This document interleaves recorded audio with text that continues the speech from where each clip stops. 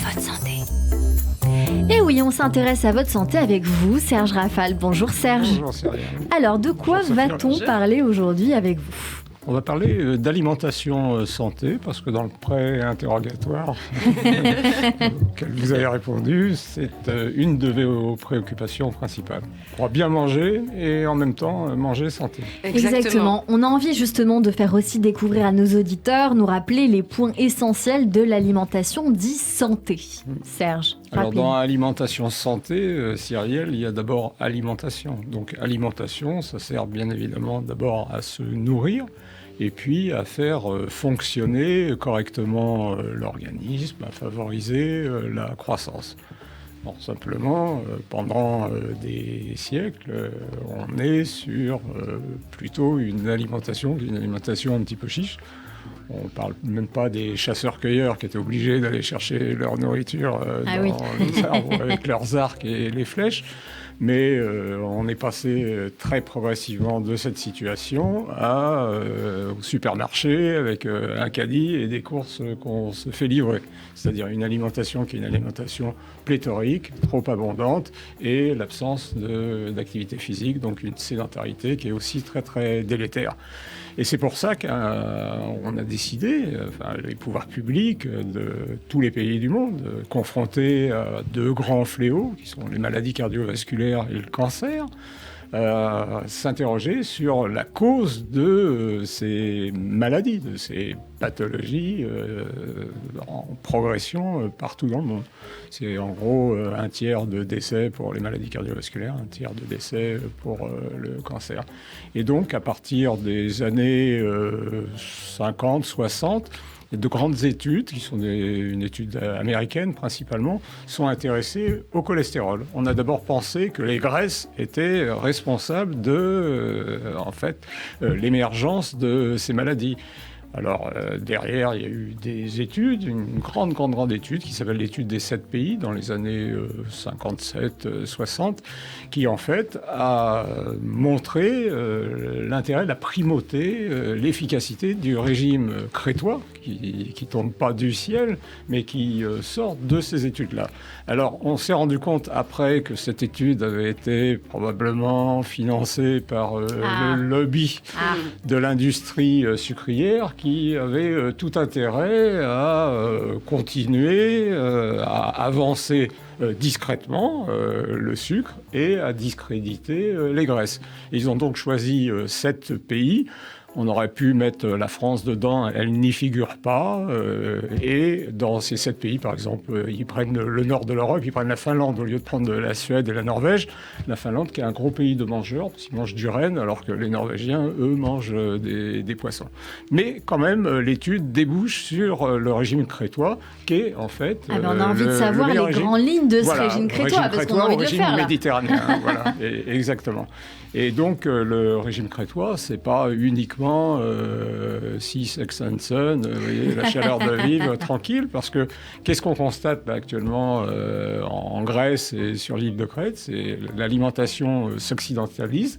Et à partir du moment où l'alimentation s'occidentalise, les maladies cardiovasculaires et les maladies graves, elles augmentent parallèlement. On ne mange pas bien, ça veut dire. Voilà, donc alors on s'est interrogé en disant mais qu'est-ce qui fait la force du régime crétois ? Alors d'abord, une alimentation qui est un petit peu frugale, donc déjà un petit peu moins de quantité que dans nos assiettes à nous.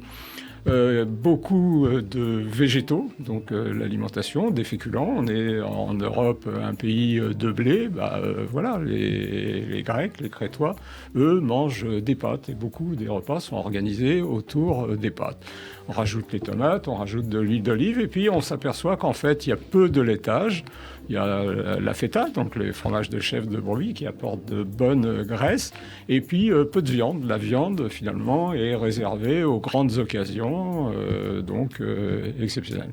Et là, on s'est dit, voilà, le modèle qui est le modèle à suivre, mais à suivre selon les us et les coutumes de chacun des pays. Donc, on ne va pas nous faire un régime crétois, mais on va faire un régime qui s'inspire du crétois, qui est en fait un régime méditerranéen méditerranéen. Grosso modo, tous les véganes et les végétariens n'ont pas tout à fait tort de nous amener vers leur alimentation, Serge Raffael. Voilà, alors il y a des avantages, il y a des inconvénients. Il n'y a pas de certitude que de manger vegan va diminuer le risque de maladie, mais probablement vous avalez moins de produits qui sont les produits dont se servent les éleveurs, dont se servent les agriculteurs, de plus en plus. On a intérêt effectivement à aller sur le bio, mais je dirais commençons d'abord par les quantités, commençons par essayer de revenir à une alimentation qui est une alimentation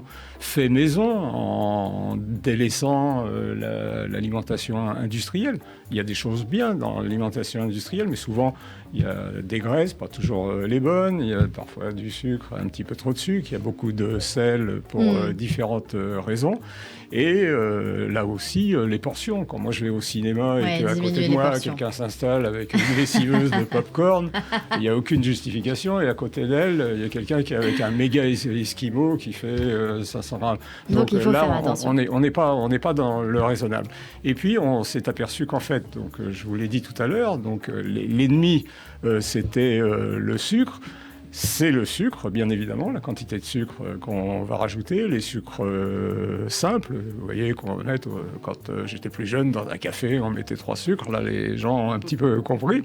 Malheureusement, la majorité des sucres de l'alimentation sont des sucres cachés, et voilà, donc alors... L'occasion de vous demander, Sophia, comment vous nourrissez justement, puisque vous nous parlez de cette alimentation à laquelle vous faites attention. Alors moi, j'ai changé un petit peu, mais c'est à partir du moment où j'ai commencé à m'intéresser et prendre un peu conscience de la santé. Moi, j'ai la chance d'avoir un organisme qui fonctionne plutôt bien. Merci papa, merci maman. Donc c'est vrai que j'ai jamais eu de problème de poids, mais il y a un moment donné où j'ai eu une conscience de prendre soin de moi et je me suis intéressée. Et il faut s'intéresser, il faut aller chercher, parce que si on reste dans ce qu'on entend et dans ce qu'on voit dans la presse, il nous manque beaucoup d'informations sur ce qu'on mange, sur la qualité de ce qu'on mange. Et donc, ce qui se passe, c'est que depuis, j'ai ça en tête. L'important, c'est de savoir. Et après, j'adapte. Il y a des moments où je mange beaucoup plus, où je mange beaucoup plus gras, parce que j'ai envie ou parce que ça s'y prête. Et ben, c'est vrai que les jours d'après, je vais essayer de mettre beaucoup plus de végétaux. J'essaie d'avoir ça en tête. Il faut toujours, moi, je veux rester dans la joie et profiter, ne pas me brimer, tout ça.